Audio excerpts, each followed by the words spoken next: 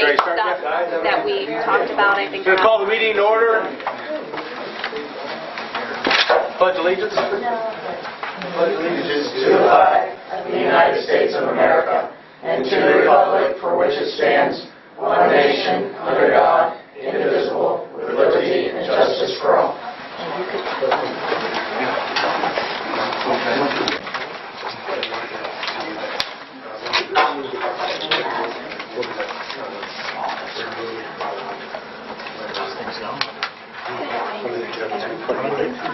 Okay. 5 months. Jen, could you call the Sure. Mr. Henderson? Here. Mr. Rowley? Here. Mr. Duco? Here. Mr. Hendricks? Here. Mr. Jennings? Here. Can I get a motion to approve last month's meeting minutes? I'm going to shut my phone off. Apologize. Motion. Second, please. Second. Any questions or conversation? Sure, you should slip some things in there so we can, just to catch us. Conversation. Yeah, okay. Roll call, please. Mr. Rowley? Yes. Mr. Hendricks? Yes. Mr. Duco? Abstain. Mr. Henderson? Yes. And Mr. Jennings? Yes. Treasurer's report. Okay. In the treasurer's report, we have bills, accounts payable, as well as the board reports as part of the financial reports. The donations we received past month were $50 from the Masons for the art club, $50 from Mrs. Perkins for the Perkins Tagora Scholarship, and these donations were made for the baseball, softball scoreboard fund. We had $100 from Ray and Linda Hurdle, $500 from Michael Miller, $225 from the Leetonia class of 1962, and we have one budget to approve, which is Key Club. Can I get a motion to accept the treasurer's report? Motion. Second. We'll fight in a second. Any questions to Jen or a conversation? Jen, on page 71, our purchase services, is that basically the county? Not all purchase services, but all of the county expenses do come through as a purchase service. Page 71. You get there. The next 3 months, the forecast is exceptionally higher than what it's been. And I know in June you mentioned that in the notes. But what would cause that to fluctuate? Well, last year we had a significant larger number of students getting special services than we do this year. And when I do my budgets, I kind of base on what last year's numbers were. Now, I did get a recent bill from the ESC because we have it deducted from our foundation as just an average. And I did get a bill from them for about $100 and some thousand. We're starting to get to the point where we're going to true up with them. So the cost will be more than what we've seen in the last couple of months. I keep wanting to come in and talk to you, and I never get a chance, but I'll just take another minute. What would they charge us differently? Like, I would think they would be a fixed charge. They've got people here all the time. They're a fixed charge for the service, but it just depends on how much of that service the student receives during the month. Because we have OT, and some kids will get a lot of OT one month, but not a lot of OT the next month. Okay. The major fixed costs are the speech. That's a monthly charge, and usually the same number of students have that. But the PT and the OT, those differ each month per student. Some months we have students that have it, some months we have students that don't. And the school age would differ. It depends on how many days there are in a month. With snow days, obviously, the children aren't in. So those go up and down, too. Do they, if they send a sub, is it possible they can send subs? They do. And they charge us the same if they send a sub? Yes. It's the same rate. And who audits their bills, or who verifies that they're here doing what they say they're doing? Do you do that? Does a teacher do that? I do get their bills, and I talk to Ed occasionally to make sure, because we have changes all year round. Cheryl and I talk a lot about students coming and going to make sure that we have the dates of withdrawal and admittance so that we are all on the same page. Okay. That's good. That's all I have. One note on the Key Club budget. Mrs. Scosi has decided that she's going to start that up again. We have not had a Key Club in a long time, and she's already got plans to do some vegetable gardens at the park that she wants to donate to the food pantry, and she's also going to do some work at Wick Park, I believe. And they met with some council members. Okay, two quick things. Tying in with what Larry brought up, when you look at with the county, with the billing, now you've been here for what, about 2 or 3 years, have you seen anything irregular with their billing at all, or does it seem like, besides the fluctuation, whether they're school days or whether there's different students that are using the services, do you see spikes and valleys and and peaks in the billing, or is it pretty much constant? It's pretty much constant. I mean, obviously there's mistakes and things that are made because we do have a large population of students who get services from the ESC, so that's why I try to keep track of it monthly. But I mean, we sign a contract with them at the beginning of the school year, knowing what their services are going to be. And the only thing that usually varies, like I said, is if they get OT 1 month or PT 1 month, or depending on the number of days. So it's pretty regular in that regard. Okay. And do we sign that? And as far as the new year, that the new year would begin in September, would that be August? It would begin July 1. July 1. Mm-hmm. So like for the next year, I mean, I think maybe that's your forte too, Larry. Would Larry have a copy of the 2015 that we would be using with them before? Yeah, we actually approve it, but we haven't got the contract. They haven't given it the new one yet? Yeah, okay. we haven't got the new one yet. Okay. They sent an email, they want to meet May 1st, 2nd, or in that area, I don't know. And the board always approves the contracted services with the ESC, so you will get a copy of that when we do. Okay, and then we'll have at least a month to review that before the July 1st? Mm-hmm. Okay. Yeah. And as far as Key Club, I think that's amazing. Yeah, great program. Any other questions? Roll call, please, Jen. Mr. Henderson? Yes. Mr. Duca? Yes. Mr. Hendricks? Yes. Mr. Rowley? Yes. Mr. Jennings? Yes. I was just going to go get the clipboard.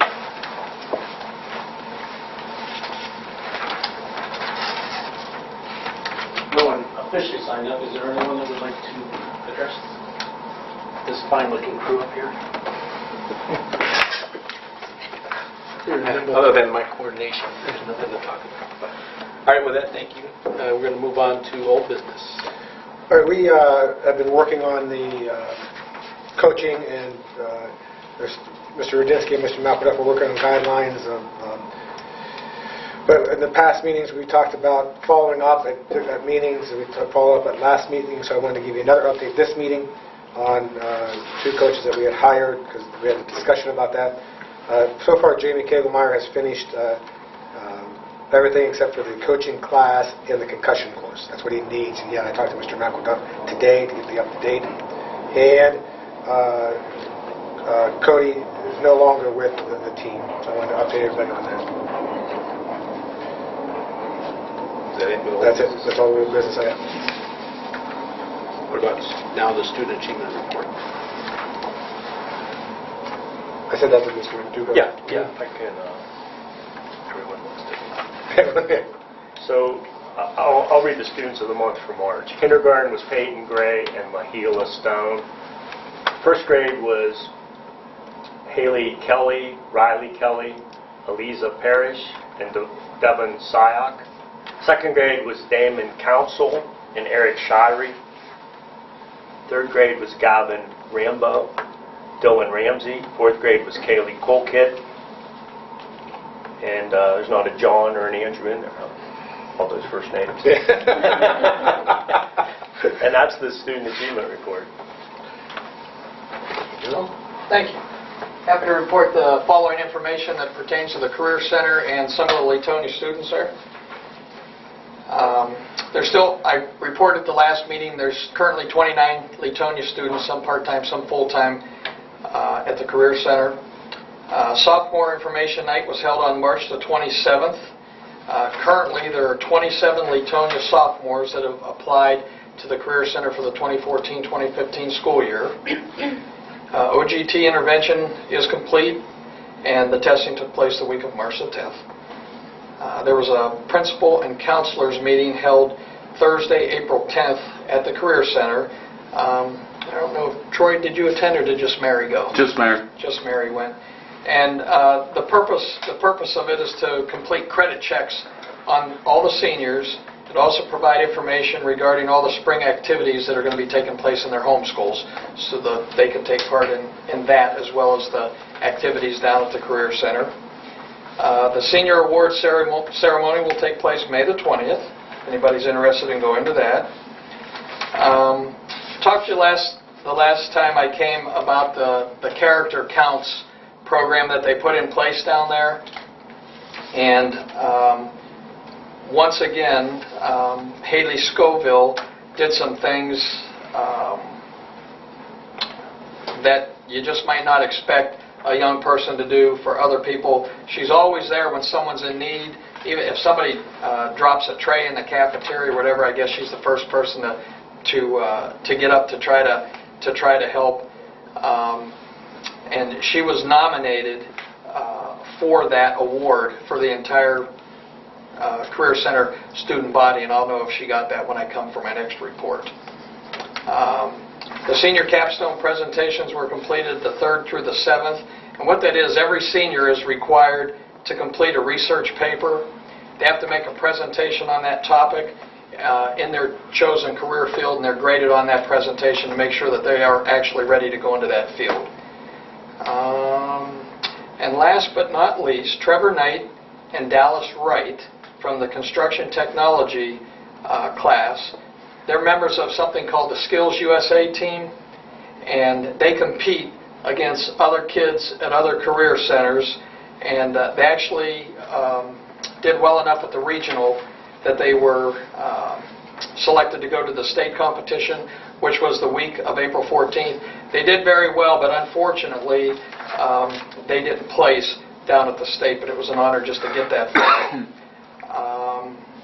And the last thing I wanted to tell you about Haley Scoville, she's quite a young lady that Leetonia has. She was inducted into the National Technical Honor Society, which is our National Honor Society here. So that's the end of my report. Thank you. Thanks.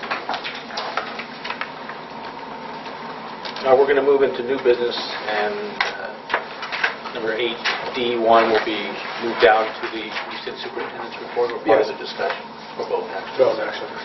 So with that, go through with section 8. Okay, A1, personnel, approve the request for Mary Rice, guidance counselor, 10 extended days for the remainder of the 2013-14 school year. Motion. Second? Second. Any questions on this? Yeah, I would, I'm going to vote no on this. I'd like to see us manage to the contract. I don't believe this is in the contract. I think it should be negotiated, and it shouldn't be a situation that the superintendent of the board has to approve it. I think that should be negotiated. The other thing about it is, if you come up here in August before school starts, you'll see all kind of teachers in their classroom. They don't get paid for those days. I just think that's an issue. And probably 20 years ago when I was on the board, we were doing this for a number of people, and you would think that even if we're going to do this, that after that number of years with computers, that the days would go from 10 to 8 to 7 to 5. So I'm just not for paying extra. So that's my opinion. Can you elaborate on? Well, I'm going to age myself too. I remember extended days, the shop teacher, the FFA. We used to do the shop teacher, the weightlifting coach, the band director. It's kind of a running joke. In one district I was in, the FFA teacher made more than the superintendent because of the extended days they had for all the fairs. But like I said, it's I see what Larry's saying. It'll be part of the negotiated agreement. However, and Mr. Radinsky can expand on this a little bit. There's a lot of scheduling. We've gone from 2 counselors to 1 counselor. There's a lot of scheduling. There's a lot of grades that are due, transcripts that are due at the end of the year, things that need to be done at the end of the year, and we also give 10 days at the beginning of the year. And there's a lot of things, the schedule for next year, getting the schedules out. Anything I'm forgetting, Mr. Radinsky? Well, with the decrease of secretaries, at one point the guidance counselor had a secretary or shared a secretary with someone as well. And, as far as, that would be the one thing that you didn't mention. Yeah, well, my main point is, I'm not disagreeing with anything you're saying. I'm just saying I'd rather see it Up front. in the contract. contract. I think that makes it clean. And I have to agree on this point because, like you said, right now it's pretty open-ended. Anybody can come as a superintendent and with 5 extended days to, whatever. And then we're in a position where you do it for some and not others. So I understand about the negotiated part. So. Any other comments or questions? Jen, roll call, please. Mr. Duco? No. Mr. Rowley? Yes. Mr. Henderson? Yes. Mr. Hendricks? Yes. Mr. Jennings? Yes. 8B? I'm going to 8B by itself as well. These are the supplemental contracts, the head winter coaches. Varsity basketball, John Hertz. Or not, that's Ritz, isn't it? Ritz, I'm sorry about that. Varsity boys basketball, Eric Whitmer. Weight room head coach, Matt Aldermore. Assistant coach, Drew Keith Dranowski. Home instruction tutor number 1, Lori Knowles.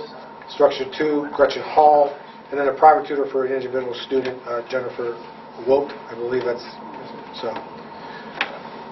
Motion on this, please. Motion. Quiet over there. Second. I'll look to this side. I'll second. Thanks, Larry. Any questions or comments? You want to elaborate? Yeah. Varsity girls basketball coach? That's what I was going to talk about. Went through an interview process, advertised, got 5 or 6 applicants, would you say, Mr. Rudinsky? Yeah, there was, I think, 7. A couple withdrew because they were not, there were no teaching positions right now. That's always tough, when attracting a coach not having a teaching position. I would say of those applicants, some had junior high experience and also some had LASA or rec league experience. But Mr. Ritz was he's closing on his 500th win. I want to say he has 437 wins. He's had success wherever he's been. Out of all the interviews and such we've had for coaching positions, I can't say enough about the good things, using words such as fantastic and, really has, heart and passion, loves the girls, just all kinds of positive things, without any hesitation. So that was exciting to hear, and I think that was a real difference maker because so many people spoke very highly of him. Troy, where does he come from? Struthers was his longest tenure in Liberty, and at Lowville last year as an assistant, helping out. But I'll let Troy get the resume.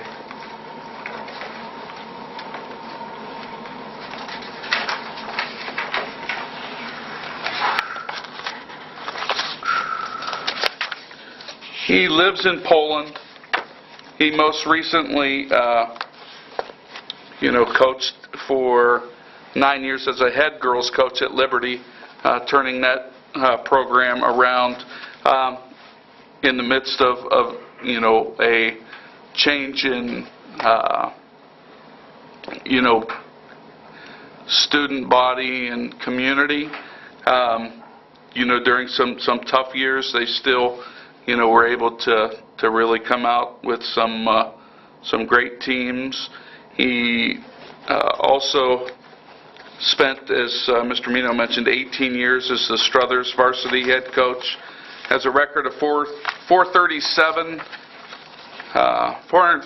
wins, 297 losses, 5 district runner-ups, 3 district titles, 6 conference championships, 12-time Mahoning Valley Coach of the Year, 2-time Trumbull County Coach of the Year, and other accolades as well.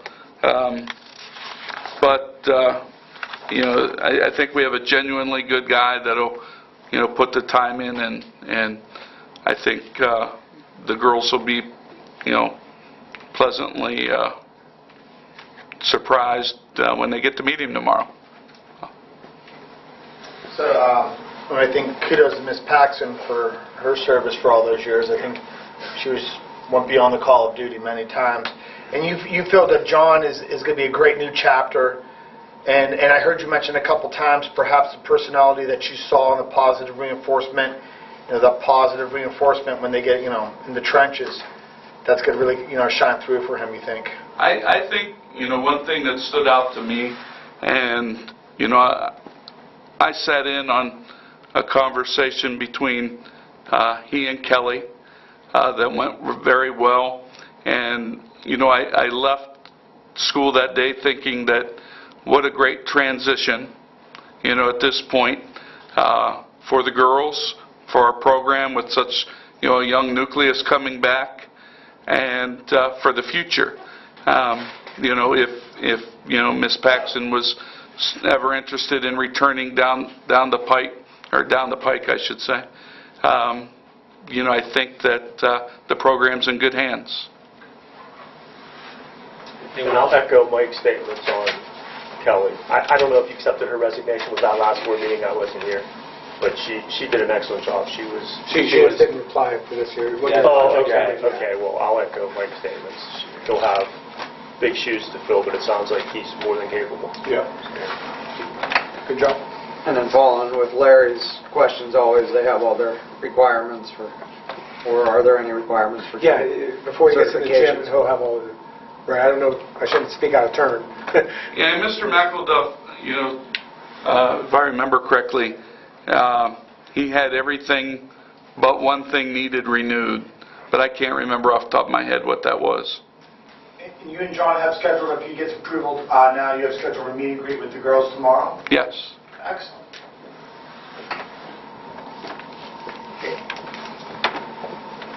General call, please. Mr. Henderson? Yes. Mr. Duco? Yes. Mr. Hendricks? Yes. Mr. Foley? Yes. Mr. Jennings? Yes. Turning to C and E together. C is substitutes approved Courtney Schiffar and Janet Weicker and Pat Troy as substitute teachers for the remainder of the 13-14 school year. Oh, I messed this one up. Approved Carol Glennick as the substitute secretary of cook for the remainder of the 13-14 school year. And E is the use of facilities. Approved Artie Aldermore to use the facilities on June 14th, 2014 for the Coke Ovens Commission speaker. Motion. Second, please. Second. Any questions on that? I'm sorry.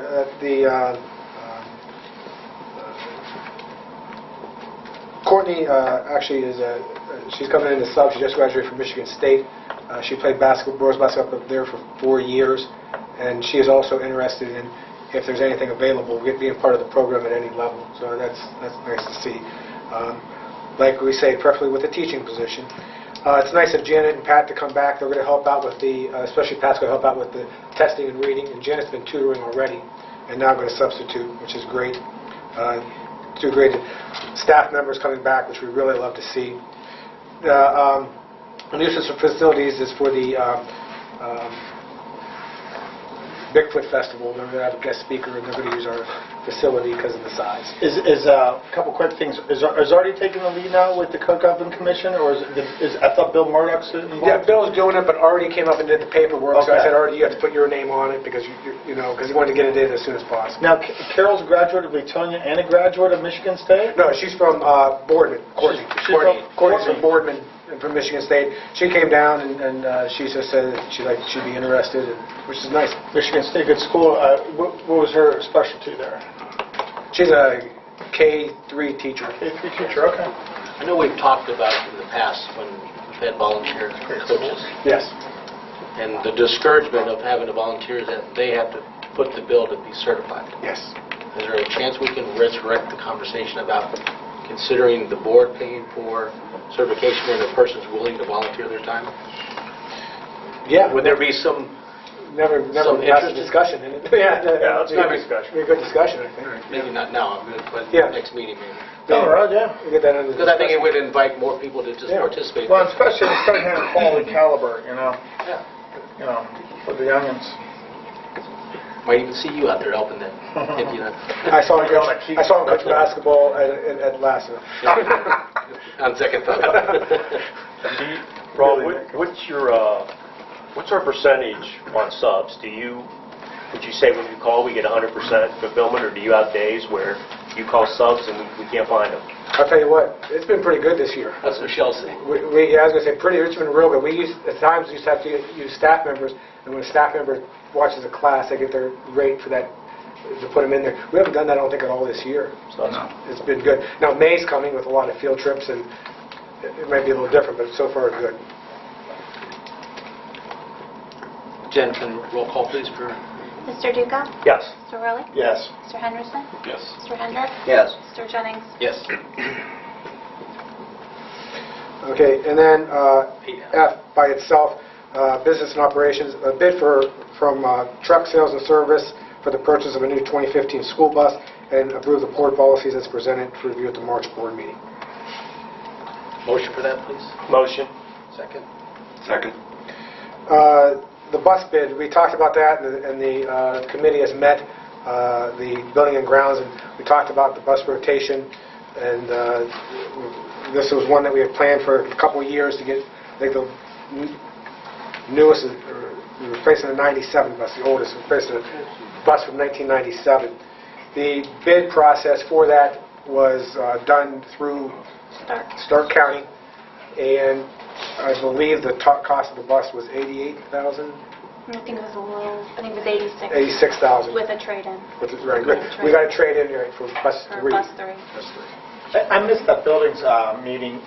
What did we get to do with the potholes in front? Are we going to do a hot patch on that? No, he was looking at what we're looking at now. We're getting quotes, and it's tough. We're trying to get 3 quotes, and only one person got back to us.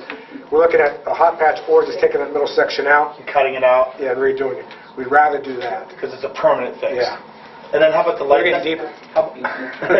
Just that woman on the news from the Hunting County, she planted flowers in her road. No. Where the potholes were, and made a publicity thing. The whole road's full of daisies. And how about the light that's down? The spotlight on the school? The one out front. Yeah. Yeah, I'll get an update on that. I noticed that too. That was down. No information, but I'll check. Okay. Thanks. Just as an educational thing, what do you guys, what's the main thing on buses that you guys are interested in? What do you guys think about when you look at a bus? It's been a long time since what's the main things? Diesel, is it? Yeah, I went to that grant, that compressed natural gas, and we talked about that at the meeting. And the compressed natural gas new bus is about $140,000. So the price. He really looks for the engine.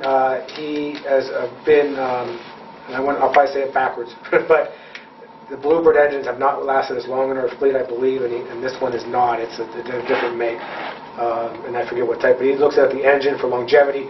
He'll trade them out. The newer buses take the longer routes in the township. The newer buses are in there, so he's got a good rotation with that. So he's looking at that. He's also looking at size. This bus actually has 2 more seats, because on our elementary routes, we're pretty full. On our elementary routes, we have 65, sometimes 70 going. But last year, Larry, Tom Eastick and Russ, I remember. They really got into this. Right. And if I'm not mistaken, there's 3 manufacturers. Yeah. 2 of them are fairly close. But we could have actually saved, Larry, if I'm not mistaken, we could have saved almost $3,000 with if we would have went to the one in Ashland. State. It is way out. But the problem was logistics with the service. I mean, it was almost like We would have to ship the unacceptable. bus all the way out there. You would have to ship the bus up there to get service. So I think that's why We went to Myers. Yeah, And then with the bid process, going through Stark's a little easier because they kind of do all that for you as part of that service. Any other questions? I would assume we need a roll call then. Mr. Duca? Yes. Mr. Henderson? Yes. Mr. Rowley? Yes. Mr. Hendricks? Yes. Mr. Jennings? Yes. Now the superintendent. Okay. Let me see. First thing I want to do is thank the staff and students that they're preparing for the OAA coming up. Encouraging Mr. Greenfield at the end of the last month, they had the Go Noah, and they gave 2 fantastic performances of that spring musical. Also, I told the staff, I sent an email out, I want to thank them for, sometimes we forget about, I always say, as I'm pretty into data and doing things, and I'll bring that up in my next part of my report. Of course, in this crew, my data is nothing. You guys collect a lot more than I do. I think I do a pretty good job until we start talking. But, you know, and that's good, and it's great. But the many things the staff does for the students, the multitude of activities, the prom, the field trips, the senior talent show, which is Friday, the scholarship dinner, which will be next May, the same day as our next board meeting. Just all the exciting activities, the trip to D.C. is, you know, everything that, those are things that these students will remember for the rest of their lives. And it's just, when Dan and I walked down the hall, looked at the pictures, you know, just the staff making this a special time in these students' life that they're going to remember. And it's just, I want to thank them for that, the students for pitching in and doing all those things. It really is exciting to see young men and women coming to school and actually enjoying it. And coming and saying, hey, I'm having fun. And Mrs. Ross there, she did the senior talent show, came in on Monday, there's no school. That day over Easter came in. And how many seniors came in that Monday to do the talent show? Approximately 40. Yeah, a lot of them came in because it's the, you know, it's the center of what's going on, and it's a great experience. On the senior day, when you see them look at pictures they took in 3rd or 4th grade as a class and come through, it's really a special experience and something that at a small school you really treasure and they still enjoy. I'd say thanks to staff because, as we say in May, they're being in a lot of those. Okay, another thing that I did, I had on here to approve the course description booklet. We're going to approve the booklet yearly, and we're going to point out some of the changes. However, I didn't want to approve it this year because it's tied into scheduling. And I know that I sat in front of here, and several of you were here. It had about in 2011, I believe, 2010-11, and we talked about going from a 7-period day to an 8-period day. And we did that for a lot of reasons. What happened is we knew some teachers were going to retire. We knew financially that we couldn't replace them. We also knew the population was dropping.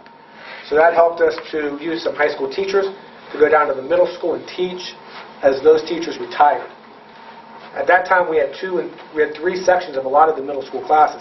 Matter of fact, speaking of looking at data, I looked at the data. We have, if you take I have it in here, but I'll just go by memory. If you take here it is, the middle school population, and that's where the staffing was, and once again, it's a little easier because on the same schedule to take a 7-12 teacher down to the middle school than a K-8 teacher going from the middle school to the elementary, because they're on a different time. They come in later and they leave later. So sharing that staff is important, especially in one building. Then we do share staff. Some staff do all 3 buildings, the choir and band.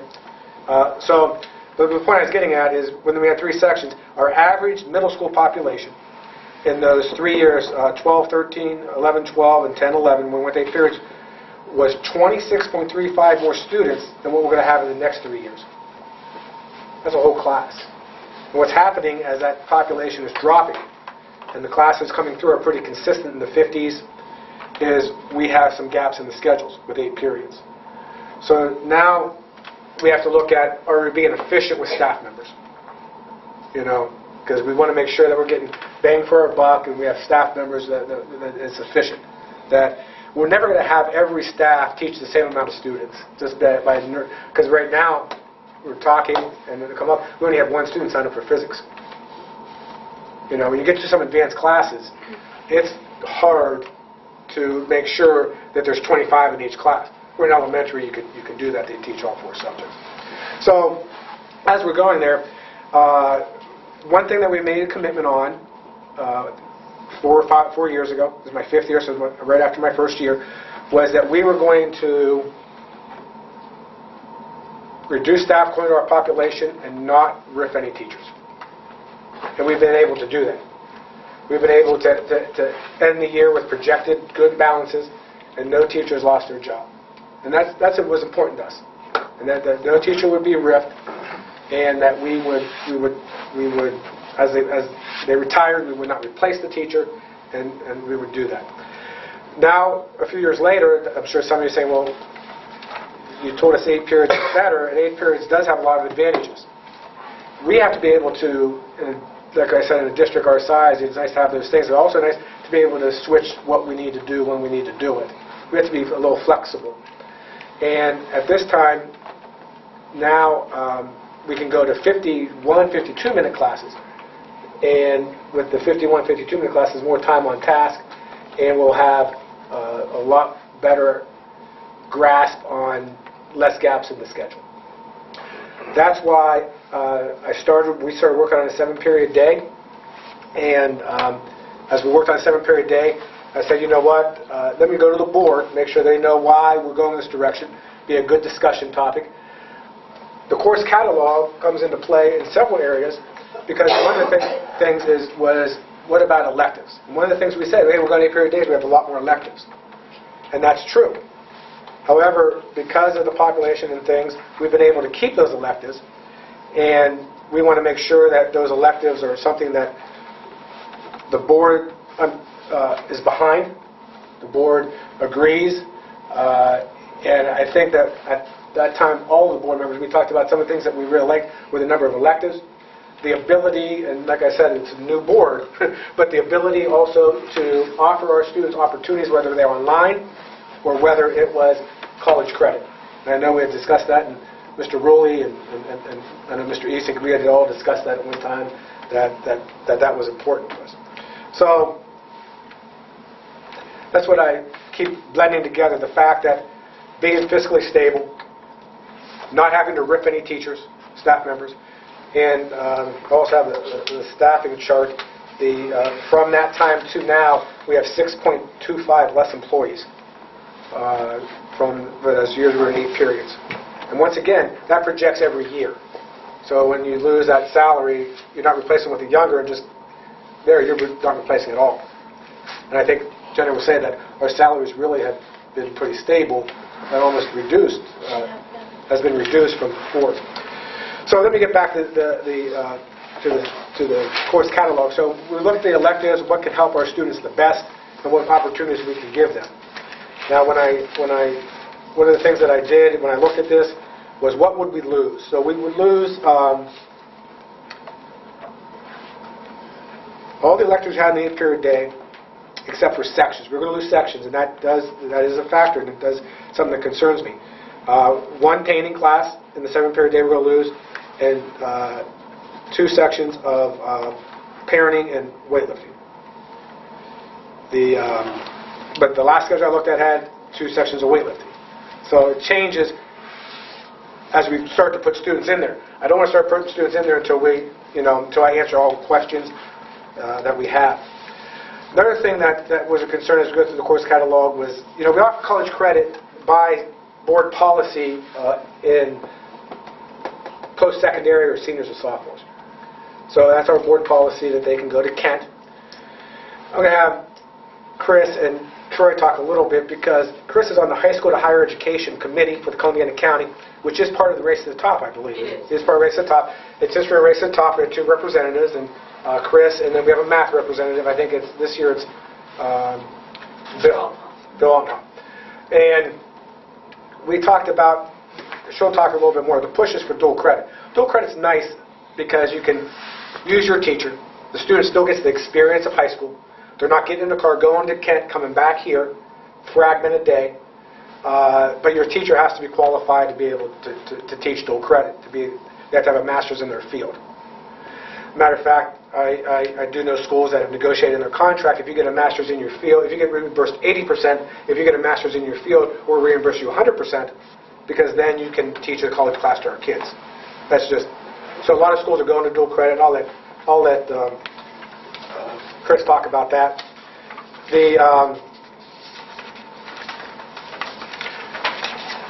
But the bottom line is, like I said, is that as you go through the course catalog, you're going to talk about the adding courses, the process to add courses. I want to discuss a little bit about that, and the educational options. Like I said, dual credit, seniors and sophomores, a way to get those options for them to get college, for students to get college credit. I said that my own daughter went to, she's in pharmacy school. She didn't do her first year of college because she did at Kent State. She started as a junior there. So probably there are opportunities for a small school. I think one year we had more people in seniors and sophomores than most of the big schools, didn't we, Mr. Rudinsky? We go out of our way to try to give our students as many opportunities as possible. So as far as the course offerings booklet, it kind of ties into the higher education. So I'm going to talk to a little bit about that part of it with Mr. Rudinsky and Mrs. Roth, kind of about the process. I didn't want to pick on one class or the other, because in that offering you see 4 new classes that we've been teaching. One is the history of rock and roll. One is weightlifting. And then next year the 2 we have are films and novels, and I think there's one other. But I wanted to have Mrs. Roth come in because she's on that committee, and she can kind of dive that dual credit into and kind of talk about how Eastern Gateway is going to do it. So, Mrs. Roth, do you mind talk a little bit about your committee? No.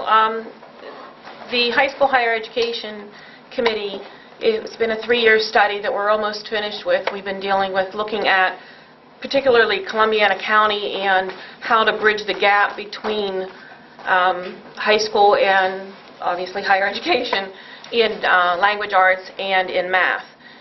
And I'm on the committee for language arts, and basically what we have discovered through our study is that part of the gap that is there is due to the socioeconomic conditions in Lawrence County, and that's not really something, it's hard to deal with that. As far as, excuse me, as far as the classroom is concerned, though, there are some things that we can do. And from the language arts standpoint, one of the things that we can do is create better opportunities for the students with dual credit, and also with working across the curriculum. Because a lot of the materials that we need to do for language arts involve nonfiction text, which is traditionally not quite so much in the English language classroom. So if we incorporate that into social studies and science and things like that, it's a little bit easier to get that across to the students. So that's one of the ways that we can help bridge this gap with remediation at the college level for... They just say the colleges now are looking for about 80% informational text. The last I heard it was 70%. Okay, 70, I knew it was high. Correct. Mm-hmm. Informational text, which is... Which is very high, and traditionally that's not taught in the English language arts classroom. Traditionally it's more along the lines of 40%. So we need to bridge that gap between the informational text and the traditional fiction. So one of the ways to do that is through other classrooms. And part of the Common Core standards for language arts deals with reading and writing for social studies, for science, and for technology. So that's something that we need to work on. Part of the other study is there's work that needs done on the college level as well. In this study we worked with Kent State University and with YSU, and they need to work on preparing their students better with all of the new Common Core standards that are coming out, and get them ready to incorporate those into their classrooms. So. And speaking of the college, we had offered an ACT prep class, and in place now we have novels and films, and we discussed that a little bit. And the ACT prep class was, I don't want to put words in your mouth, just trying to help out, was a good class. However, we now have to maybe have to look at attacking it differently, because you were helping with the class with language arts, but then there's science and there's other things in there.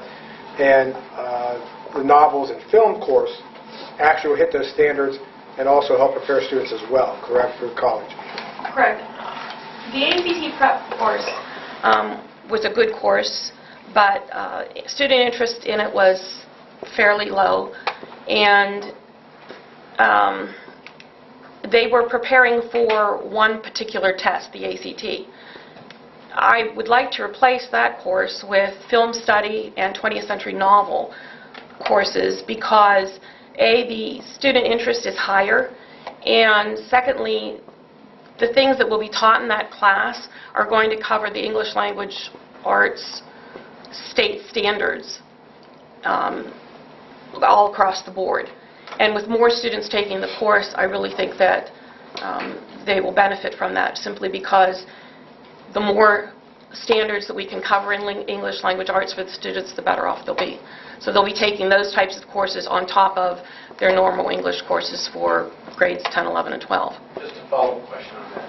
How did you gauge the relative interest in those two alternative courses versus how did we sell the value of the ACT prep course? Because ACT scores are probably the most important college admission criteria. So without that, their choice is limited going even beyond high school.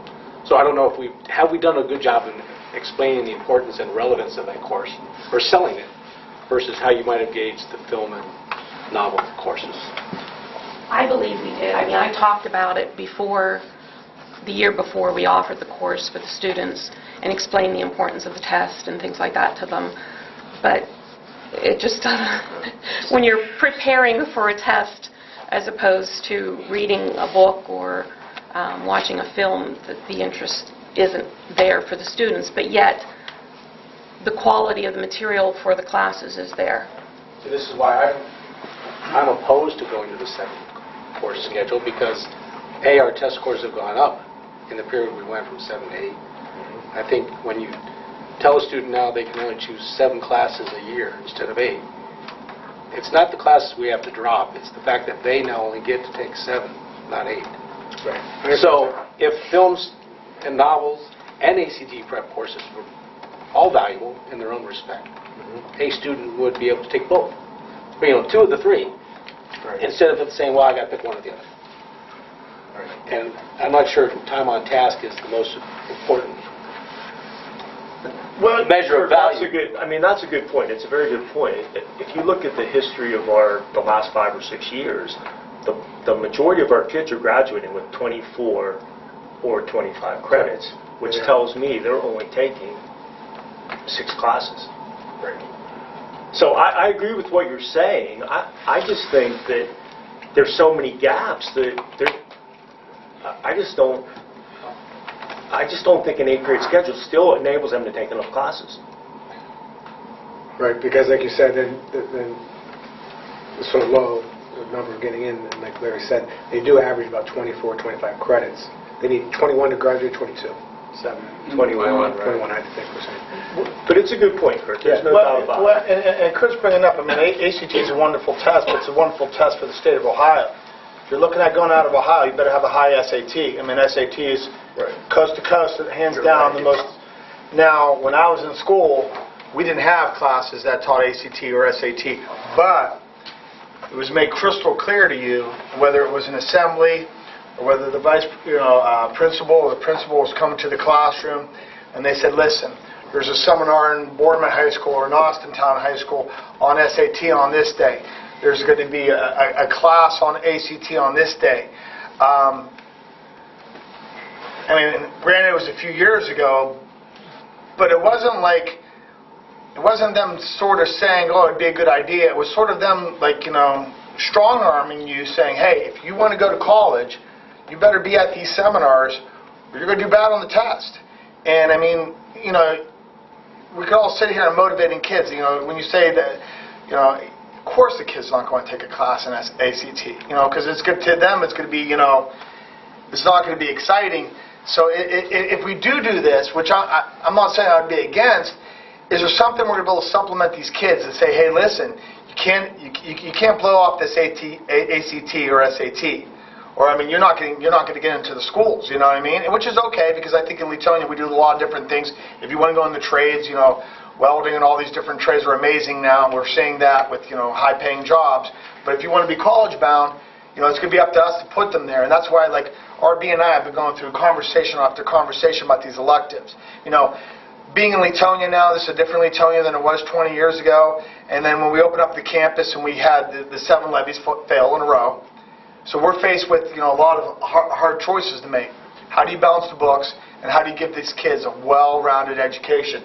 And to me, electives are huge because reading, writing, and arithmetic, that's all great. Making sure the core is there, but making sure that you have a full student, educating everything they could want to be. And I think RB was going through a list. We're at 80 or 90 different electives that these kids, if they had a little bit of initiative and a little bit of drive, that they could get involved into. Now, Kurt's opinion on this, I think, is a really amazing opinion, because you can't just churn out kids without like an end means, you know. And I think that's really where, when you look at Crestview or Columbiana or South Range, maybe pulls ahead a little bit from some other schools that I won't mention in this area. And I think Leetonia, we want to be an exceptional school. You know, so we want our ACTs and SAT scores to be as high as we can. Now, how can we do that? Because I think what you're saying is true.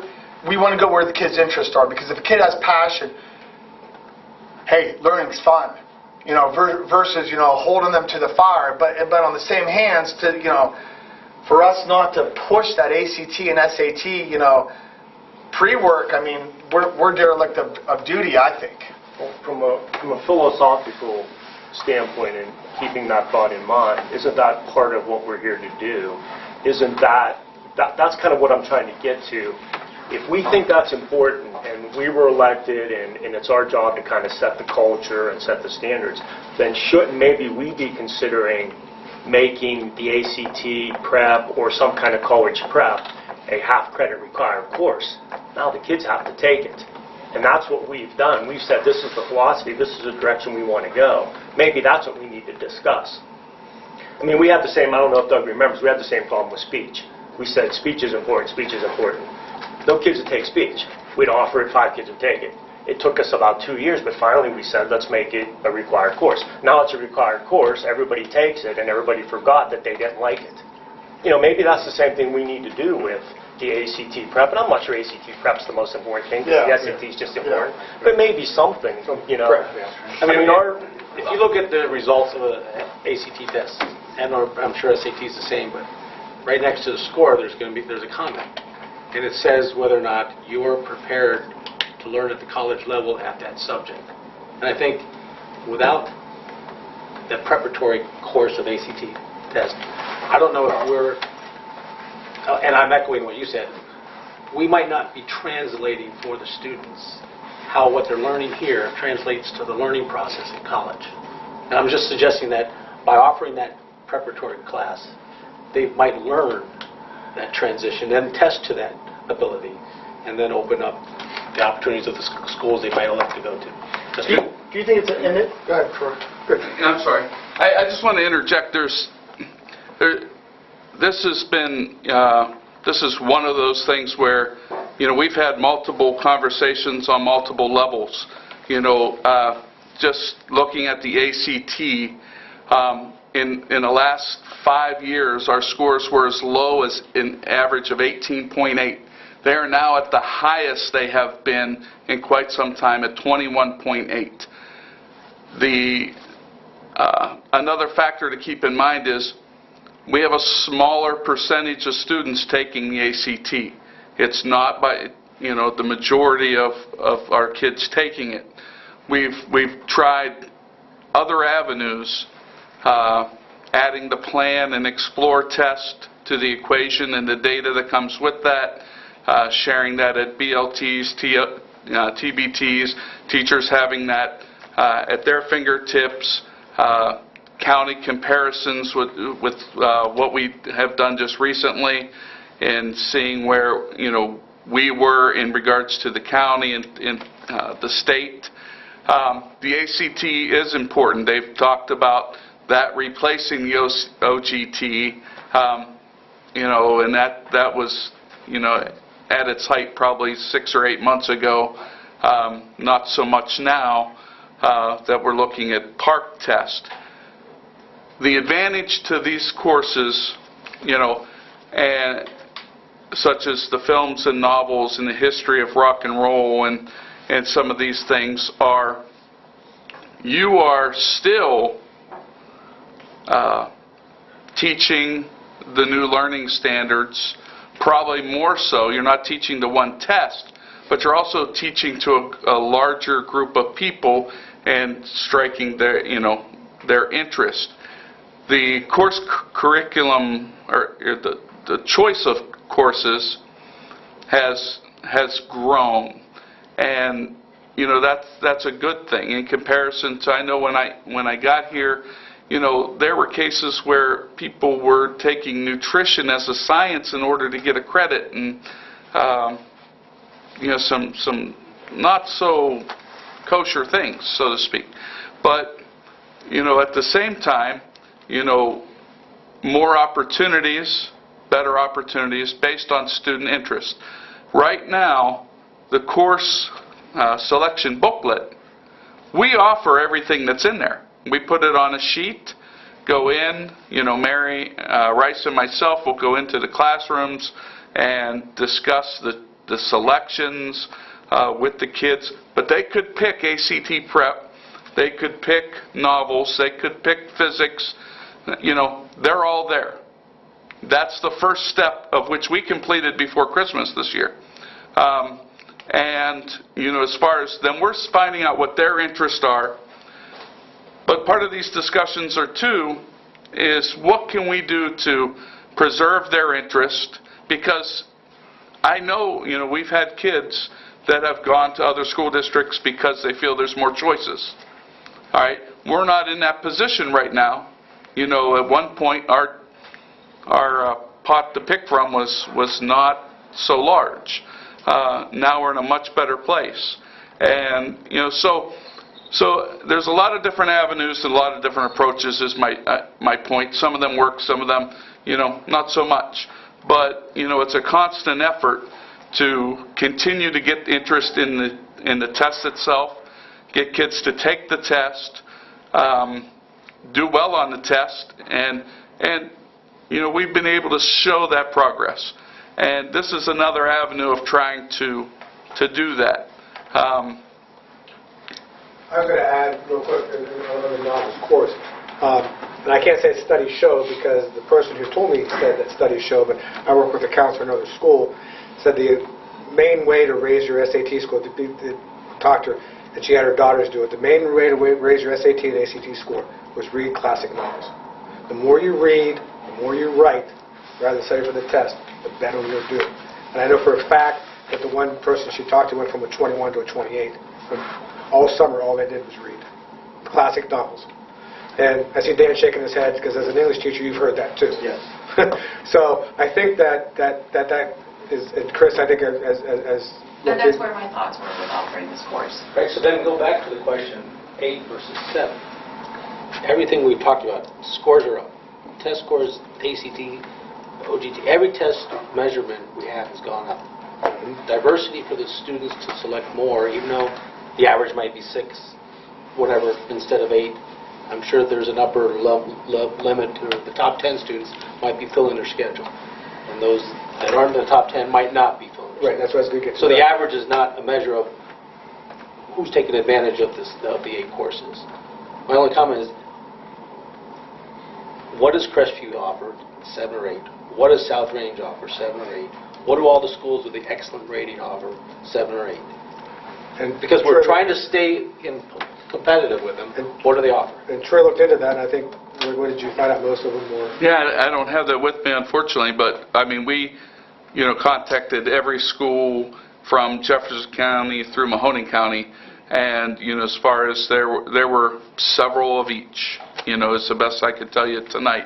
Several 8s, some 9s, and several 7s. Remember, a 9 is usually a 7 period with Or you're blocking. Yeah. I mean, 9 would be good. You're blocking, you have more time on task, and you have a planning period, but I don't know that we can do that. Right. Which is, the thing, what I was going to say was, when you get to that, the point that, like Larry has said, to do that, maybe you say you have to take this ACT prep course. You kind of dictate some of the mandatory things so they are filling their schedule up. Because like you said, a lot of them aren't, they're not filling that schedule up with 23 or 24 credits. If you want to fill the schedule, you make the requirements more over the state. That's true. Rather than the selection. I mean, let's be realistic. Out of a 50-person class, they're potentially, and I don't care what school you're talking about, out of a 50-person class, you're only going to have 10 or 15 that are ever going to try college. Right. You're never going to get it to 49 out of 50 people. There's just, for whatever reason, there's just no interest. Right. Well, I think when you went to 8 periods a couple of years ago, you pulled the lever correctly. You needed to do that or you really went broke. Right. I think now, as a taxpayer, if I look at the schedule, I see teachers with 3 or 4 periods where they're not doing anything. And as a taxpayer, I do not want that to happen. And the problem is, and correct me if I'm wrong here, Troy, we have 3 periods where there are, like I said, we have some teachers with less than 60 students on full-time. And look at that, some of those periods, there's no study halls either. Correct. There's no kids to put in. We have those teachers there doing it, there's nobody in study. There's not enough kids to go around for all those periods. And it's getting less, like I said, with the middle school. What's happening, we're going to have 26.5 on the average less students coming from the elementary through the middle school in the next 3 years. We had 7 on Wayland, didn't we? What periods? Yeah, we didn't go. I thought it switched at some point. Yeah, that makes sense, depending on, I think you have to. Mine switched. I went from 8 to 7 when I was in high school. Don't you think we're all actually scratching the surface on something here? Because I'm hearing a bunch of different things. I mean, like, say if you have 60 kids in a class. I think Larry and Richard, and all of us really are on to something, but like, something that Richard just said, like, say you get 60. I mean, let's be real. Maybe you only got 15 or 20 that are really college-bound. Okay, you got another 40. How can we get every student in this district to have passion about what they're going to do? Hey, if you're one of the 40 that's not going to go to college, that's okay. What are you going to do? Are you going to go into trade? I mean, I think really, I mean, our job probably on the board here is to make sure that every student that graduates here, that we give them the tools and the ability, and first of all, let the world know that they're educated. Let them know that they could speak properly, that they could carry themselves properly, they could have a conduct and a character that's becoming of being a Leetonia graduate. But not only that, but if they are college-bound, like what Dan's saying, you know, what you're saying about let's get the passion in the reading, have them reading novels, you know, throughout the summer, building up their vocabulary, so when they get in the SATs and they get to that verbal, things are going to start popping. They're not going to even know how they knew it because the passion's there. But, now, you know, if my dad's a pig farmer and my grandpa was a pig farmer and I want to be a pig farmer, what do I care about an ACT unless I'm going to go to Ohio State Agriculture? I could care less about that. So, I mean, maybe there has to be some kind of futuristic, like, hybrid program where we're able to find out where that student's falling, and if they are going to be college-bound, we need to do everything we can do to make them, you know, with the electives and make sure the SAT and ACT ready and make sure that all that stuff is there for them. But on the other hand, if that's not the case, you know, there's a lot of big jobs out there that you don't need a college degree, a bachelor's for. I mean, that's the scary reality. I know if any of us went to school in the 70s or the 80s or even the 90s, you're fed a lie that if you go to college and you get this magical college degree, that there's this huge job waiting for you at the end of the rainbow, which is, in my opinion, a lie. I mean, if you work really hard and you have passion for a career you want, and you go get a bachelor in the passion in the career, it's very specific, and you get the right internship, you probably will get the job of your dreams. But, I mean, how many kids in America are really doing that right now? There's a lot of unemployed college Yeah, graduates. a lot. A lot of unemployed college. And while you're talking, you said something, and how many times have you heard, and I'm looking at Chris especially, and Dan in the Names and Arts class, that, hey, these standardized tests are just reading tests. You're reading the passage, and you're extracting information. And that's another reason, like you said, novels. And I think the films class that you talked about was going to be more than just films. It was going to be taking those films and writing and doing the standards through that, correct? Correct. And I wanted to point that out. A lot of times with film studies courses, students think it's, you know, or people think it's you go in and you watch a bunch of movies. But I wanted the course to be much more than that. First of all, I wanted it to kind of cover the history of film, and along with that then, it has a social studies component to it because it not only covers the history of film, but also the time period the film came from. So we would be covering the time period, whether it would be the Depression or whatever was happening during that time period, so there would be that social studies component. But unfortunately today there aren't a lot of kids that are doing a lot of reading. And for today's students or children, I think that films oftentimes are the books of today.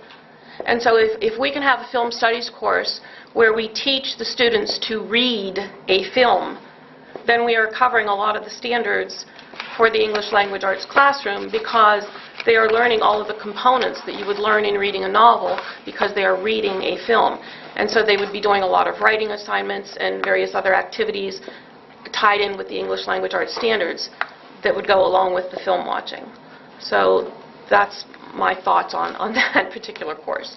And I'm not getting scattered, but I think you said the high school higher ed alignment, I'm going to kind of tie this together here towards the end. They believe that dual credit is the best option as well, correct? Correct. The last high school higher education meeting that we had a representative from the Ohio Board of Regents who came in and talked about some things. And one of the things is that, a lot of the seniors or sophomores, the dual credit programs, they've cropped up because there was a need for those. Now the Board of Regents is looking at, well, how can we standardize what's happening here, because there are different things happening in all of the different colleges. So the look and what this representative from the Board of Regents was thinking and was looking at was that what they're looking for is they want to have the schools take control of what's happening with the dual credit program. And so rather than it rely upon individuals, like individual teachers, instead the school handles and takes control of what's happening with the dual credit. And the way of doing that is standardizing what happens. And if I could get into the Eastern Gateway program, if that's okay. Yeah, and let me back up. We did dual credit this year through YSU. We did it in sciences. The interest wasn't in science this year, so for the next schedule that we're talking about, it's with language arts. Right. So that first period, Rob, it says Honors English 12 and dual credit. Does that mean that's the same class? Does that mean there's two classes? Does that mean it's one each semester? What does that mean? I see Honor English 12/dual. What does that mean? Good question. I think that's what you were getting to about the Eastern Gateway. Correct. They run a little different than YSU. Right? Eastern Gateway Community College has a program where the students would be taking the dual credit course through them online with a college professor, that they would be taking the course in our Leetonia classroom. So that would then possibly free myself up or whoever to also then teach the honors English course if there were students who were interested in getting the honors credit without taking the dual credit course. And if there aren't, what happens? Then I would work as the facilitator for it, which I would have to do anyways. I would be sort of the facilitator for the course, the dual credit course. So what I'm envisioning, correct me if I'm wrong, is I walk into your class, there'll be students online, probably with headphones on, that will be doing their work, college work, and possibly you teaching to the other honors students. Correct. And if there were no other honors students, then I would just be facilitating the dual credit course, like Mr. Molinex facilitates the health course. Answer a question. I'm sorry. And I think that's, this is certainly nothing against you or nothing against our teachers, but in my opinion, that's paying someone not to teach. I can facilitate. I could come in there and facilitate, probably. Yeah, but I think there's more to it. The answering the questions, helping them with their, Could they take it in the library without a teacher? Would Eastern Gateway say, you can teach this in your library, you don't need a teacher there? Would they give us credit for it? Yes. I think, yeah, because I think they do that at other schools. I'm looking at Mr. Radinsky. You met with Eastern Gateway. Yeah, well,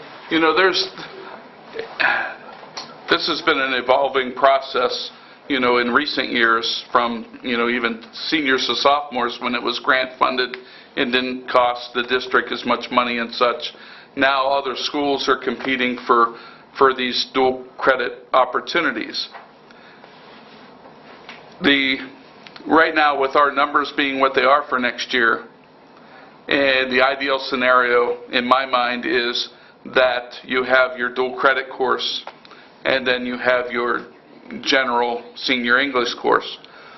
But that English course be a blended learning of using the college curriculum and the data that's provided online and the experience of an online course with that teacher being an integral part of that classroom experience, not in a non-teaching mode.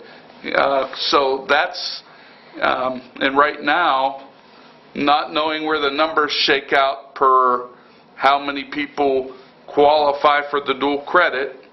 We know the interest is high. We know the price is right.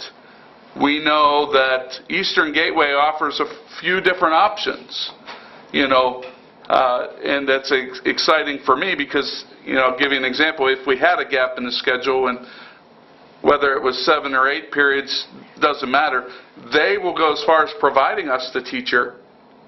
They've done that at Southern Local and other schools at their expense to have, a teacher teaching the actual course.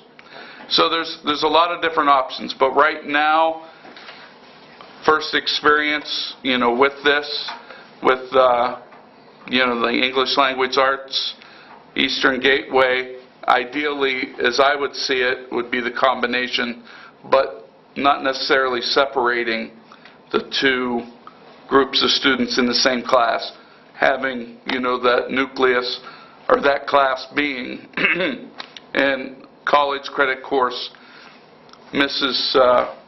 Roth would be teaching the senior level. Mrs. Markovich, who has the qualifications and has been approved, the junior level. That's an advantage of Eastern Gateway. We can do both junior and senior. I'm sorry, just to clarify, because I think I know the answer. So in the junior class, if she's qualified, it would just be her delivering the instruction for dual credit. Well, I guess we're going to cart before the horse a little bit, and that's why this discussion started. We're going to, I want to explain why I go to 7, 8 periods. Didn't want to approve the manual because the manual is waiting. You have to take 7 out of 8 classes. And if I'm moving towards 7, the question is we really don't have the numbers to know if, like what Larry said, are they all taking dual credit and we're a facilitator or helping the, it would kind of be blended learning, helping, guide those students along, because we don't know how many students are in there and how many want to take it for dual credit at this point. Am I correct there? That's a factor. The other factor is, until I would see, how the program, worked across the board, it's kind of like, am I comfortable putting my own kid in a classroom with the online course for Honors English? And I'm not ready to do that. I want to make sure that we have, that we're taking care of our kids with that instructor in place, using that content and the resources they have for us, and we'll see where we're at. If we can offer dual credit, what would we offer first period? Honors English. Honors English. And then the kids would have to take it, or they wouldn't have to take it. Well, nobody has to take it. So if nobody signed up, what would we do at that period? It would be Honors English, the same Honors English class we've had.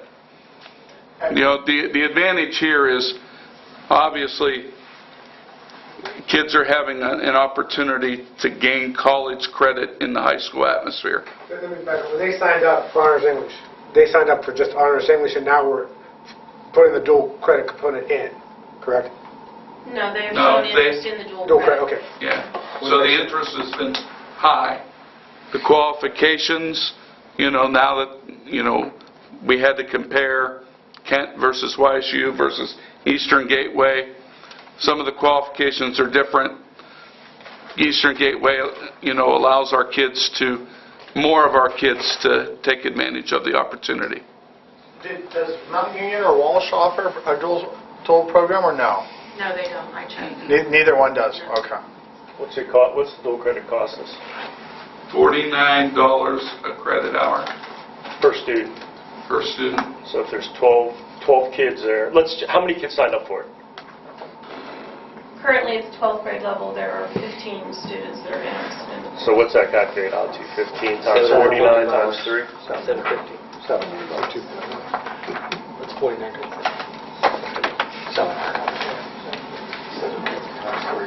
750 times 3? No, 2250. 2250. And that's for It is 3 credit hours? 3 credit hours? Yeah, the $49 covers the 3 credit hours. Yeah. It's not I per thought you credit. said per credit hour. So then it's only 7. I did say per credit hour, sorry. It's 3 credit hours. Right. So it's 2250. 750 would be the total students times 3 credits. I think it's $49 per hour. All right.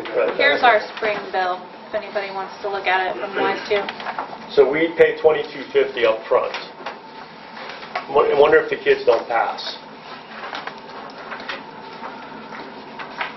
I can't foresee that happening, to be honest with you. We still have to pay. In the past, what we've done, now this is the first year with dual credit, so I'm going to assume we'll probably do the same thing we do with the seniors and sophomores, is I actually send the parents a bill for it, and they have to pay the district back the money that we... If they don't pass. If they don't pass. Yeah. And that's only happened three times? The advantage to the Eastern Gateway Community College offering is that the students are comfortable in the Leetonia classroom, but yet at the same point in time they're getting instruction from a college professor. So they're getting the college experience, but they're still staying on our campus. For 11th grade, our teacher is qualified to teach that. Yes. So our teacher teaches. There's no headphones and it's not. They already have. Right, that's why I envision it. But once again, what's the interest? They sign up for dual credit, honors English 11, 25 for juniors. and they knew it was dual credit. Yes. Okay, yeah, so that would just be the teacher instructing. No. If I might interject, though, I really see a disadvantage to that, to be honest with you, because they're not getting the true college experience. And in the science courses that we've had this year with the dual credit, one of the disadvantages was that our staff was teaching the course, and the students were going into that classroom with the mindset that it was a high school course, even though it was called dual credit. So having a college professor teach the course actually, I think, would be a better advantage to the students, and I think they would do better in the course.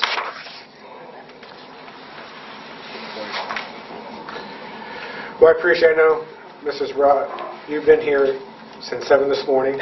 You have to drive back to Newcastle. And you have a talent show tomorrow and tomorrow night, so you won't get home until midnight tomorrow night. Correct. So I appreciate you, I really appreciate you staying and sharing. That's awesome. Yeah, thank you. Thanks. So what's the next step then after? I mean, we've had a good discussion. Good discussion, and I think that Richard and Mike are on a good point that this is probably scratching the surface, and we need to look at a structural change. One other comment is for the 20% of the kids in every class that are going to go to college, doesn't matter whether you offer 7 periods, 5 periods, or 15 periods, they're going to max it out. What is the real number so we can get the real number after? What is our average graduates to college over the last 4 or 5 years that you know of? Troy or just Mary now? As far as 45% went on to college was the last number I have that I can give you. That's pretty good. That Board of Regents thing, It's so we 25 only had 13. Yeah, I only had 13, but that was only in That was 1 year. 1 year, and that class. was certain universities. That's higher. Oh, that was went out of just some state. universities. Yeah. And I think, Okay. yeah, So at least 25 approximately. that wasn't all of our students. Okay. Well, the next step is, as I said, I was going to drop some numbers in. I was going to continue with the 7-period schedule for next year. And I think that it's something that we need to always look at and reconsider. And I think some structural, like we said, classes that are mandatory, and see where we go from there. Just with efficiency, we possibly have some retirements, and that will close some of those gaps. And in a year or two, we may be back in the same place saying, with those retirements, not replacing them, I know that we can absorb 1 or 2 retirements, but you know what? Do we want to beef up our computer for those students that aren't going to college and going to the computer end? We want to beef up our computer program with some things, offerings. STEM's always, the academic committees talked about STEM and some other things. But I wanted to let you guys know where I stood with 7, why we were going that direction this year. Like I said, I think we need to continue with the academic committee about some of these things that, like you guys are talking about, that we need to offer for students that aren't going to college, and maybe then we'll get students in those classes, because right now we don't have them in those When do you classes. get to decide whether it's going to be 7 or 8? Well, I was going to Pretty move much now? tomorrow. Yeah, I was Yeah, going to move okay. on. We usually get the schedules out when the seniors leave, or high school leaves. They all get their schedules, correct? Well, last year we were able to give the kids and the teachers the schedules before the end of the school year. We even had the opportunity to review those with the kids and make any changes. That's the ideal scenario. Right now it doesn't look it would be really pushing the envelope to try to do that, unfortunately. I'm sorry, I'm looking at Cheryl. She does all this for us through EMIS. And I would say, Cheryl, we've started this 7-period day with all the conflicts and everything that we're looking at, what, a month and a half of work left, a month of work left, just with what we started with 7 periods? Yeah, there's a lot of work. So move things around. Let me ask you this. If you have 7 periods laid out right now, kids are in the spots, we think we have the teachers reasonably efficiently utilized. If we drew another column and said 8 periods, now we've got these teachers, what makes us think there would be more kids sliding over there now? And if they did, wouldn't those classes now only have 3 or 4 kids in them? So I'm thinking a class of 25 kids that we're going to get 9th grade English for 52 minutes a day. Now I've shorted them to 45 minutes and I've given 4 kids some elective. That's the only part, and I'd like to visualize that or see that, because maybe I'm looking at it completely wrong, and I believe Kurt and Mike and everyone has points about electives. There's just got to be a happy medium. Right. I mean, what would the answer be? Well, where would we get the kids for putting into all these new periods we're creating? And that's what I say now. Right now, like I said, we have someone watching the lab, and they're watching the lab, but there's no study hall that period either. So the 8 or 10 kids that are in there are taking credit recovery because they failed the year before, or they taking up classes, are the only ones available for that elective at that time. You know what I'm saying? Yeah, I would just like to see in the studies that would show the last 7 minutes, their attention hasn't waned, and they're not that they're absorbing as much the first 45 minutes as the last 7 minutes. Because I think kids nowadays they're on 30-minute sitcoms, they're on 5-minute YouTube videos, they're on fast, change, variety. So I don't think the old adage of more time is better. I think sometimes diversity is better. Why stop at 45? Why not say, prove to me the 30-minute? Why don't we go to 12 periods for 30 minutes? Because I mean, I can use the same logic. No, but the logic is talking between 7 and 8, and our test scores are up with 8. So maybe they'd be higher. I don't know. You know what, though? The wonderful thing is that this district, and I think we've all shown the last 5 or 6 years, is evolving. So if we try the 7 periods, at this next May, May 2015, if hey, the 7 periods aren't what we thought, we could go to 8 for 2016. Can tar and feather us.